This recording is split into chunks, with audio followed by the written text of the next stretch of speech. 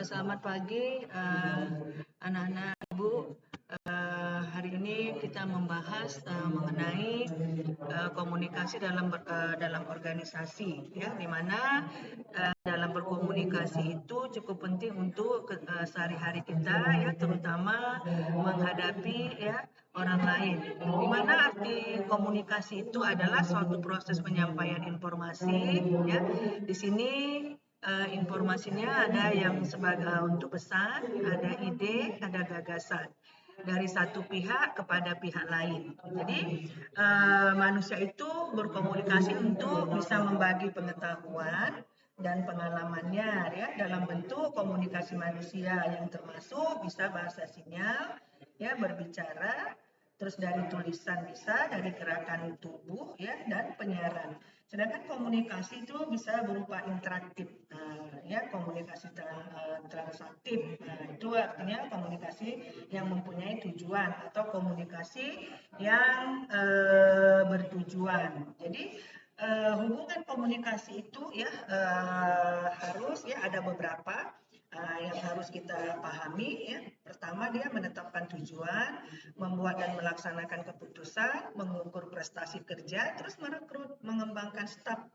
Ya. Jadi kalau untuk dalam sebuah perusahaan misalnya, ya, bagaimana dia melayani pelanggan, terus bernegosiasi dengan pemasok, terus membuat produk, baru berinteraksi dengan peraturan yang ada. Jadi untuk, ya, memahami komunikasi itu, ya, dan ada dua dia poinnya. Yang pertama saluran komunikasi secara formal, yang kedua saluran komunikasi secara informal. Jadi kalau yang secara formal itu misalnya kita berkomunikasi dengan atasan ke bawahan, contohnya misalnya, ya, kalau ada atasan kita, ya, kita berkomunikasi, kita harus tahu bagaimana, ya, menempatkan bahasa yang sesuai, ya, supaya terjadi komunikasi, dan bahasanya itu juga ada etikanya atau berbahasa dengan santun, ya, di dalam komunikasi. Sedangkan yang kedua komunikasi dari yang bawah ke atas. Jadi kalau yang dari bawah ke atas, ya, kita juga harus jangan terlalu banyak menggunakan bahasa tubuh. Jadi cukup harus menggunakan bahasa yang santun. Sedangkan komunikasi horizontal itu komunikasi yang sebaya, ya. Komunikasi diagonal itu komunikasi yang menggunakan, ya, yang di atas kita dalam komunikasi sehari-hari. Sedangkan di dalam keterbatasan komunikasi formal itu biasanya, ya, dari pendidikannya, ya, dari pengalamannya berhubungan, ya, atau bersosialisasi di dalam masyarakat. Jadi dia jarang, ya, untuk berkomunikasi dengan orang. Sedangkan yang pola, ya, atau cara bagaimana kita mengelola komunikasi itu, ya, bisa dengan cara, ya, bagaimana penanganan pesan-pesan secara rutin, misalnya mengurangi jumlah pesan. Ya, dalam arti mengurangi jumlah pesan ini, ya, bukan harus kita menggunakan, ya, bahasa atau kata-kata yang singkat. Maksudnya mengurangi jumlah yang besar itu harus langsung membuat apa yang kita maksud dalam komunikasi. Terus, ya, selanjutnya, ya, mengelola komunikasi itu dengan instruksi yang jelas. Jadi bahasanya harus, ya, kita perhatikanlah, ya, intonasinya, tidak usah terburu-buru. Jadi yang ketiga, bagaimana kita mendelegasikan tanggung jawab kita, ya, untuk menyampaikan pesan itu supaya orang memahami apa yang kita maksud, ya. Terus komunikasi ini juga bisa melatih, ya, melatih kita atau melatih orang-orang, ya, di dalam masyarakat, karena, ya, kunci untuk bersosialisasi itu sebenarnya komunikasi. Jadi komunikasi itu cukup penting dalam kehidupan kita sehari-hari, ya.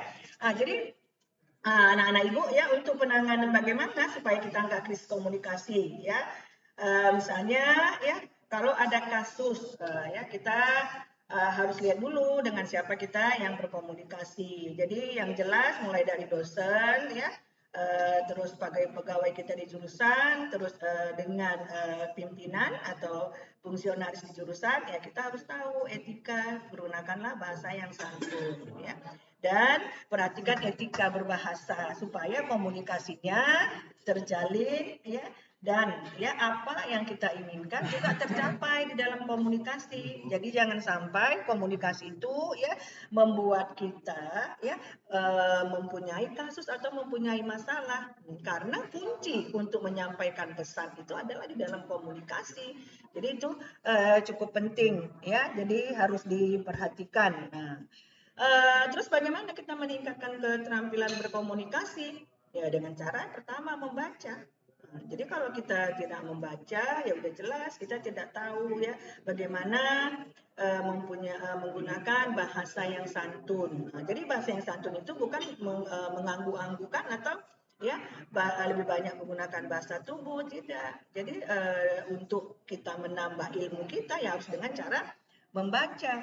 Jadi setelah kita membaca, baru kita bisa mendengarkan. Nah, itulah bagian bagaimana untuk meningkatkan keterampilan komunikasi. Baru kita coba ya bagaimana bisa terjadi percakapan yang menarik dengan orang. Walaupun kita misalnya ya dengan seseorang tersebut kita belum pernah berkomunikasi, tapi bagaimana komunikasi itu bisa menarik. Nah, kita harus ya paling tidak ya mengucapkan salam misalnya, atau mengucapkan apa kabar, atau istilahnya itu memperkenalkan diri. Nah, baru setelah itu kita wawancara. Nah, ya. Jadi di wawancara juga dibutuhkan ya kunci dari komunikasi. Nah, setelah itu baru kita bisa berdiskusi dengan kelompok-kelompok kecil ya. Baru kita bisa berpidato dan berpresentasi serta menulis surat ya, memo dan laporan. Nah, jadi setelah itu ya kita bisalah ya untuk meningkatkan ya keterampilan komunikasi kita. Jadi kesimpulannya ya materi ini adalah ya komunikasi itu cukup penting dalam kehidupan bersosialisasi dengan siapapun.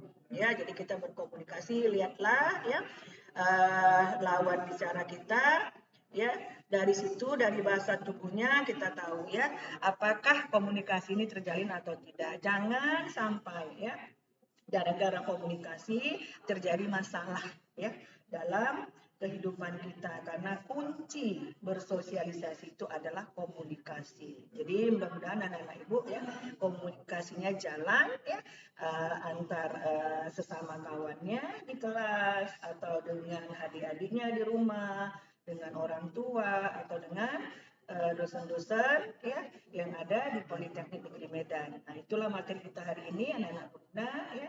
Untuk itu ya saya mengucapkan terima kasih atas perhatiannya. Sampai sini ya materi kita, nanti kita lanjutkan di lain waktu. Terima kasih.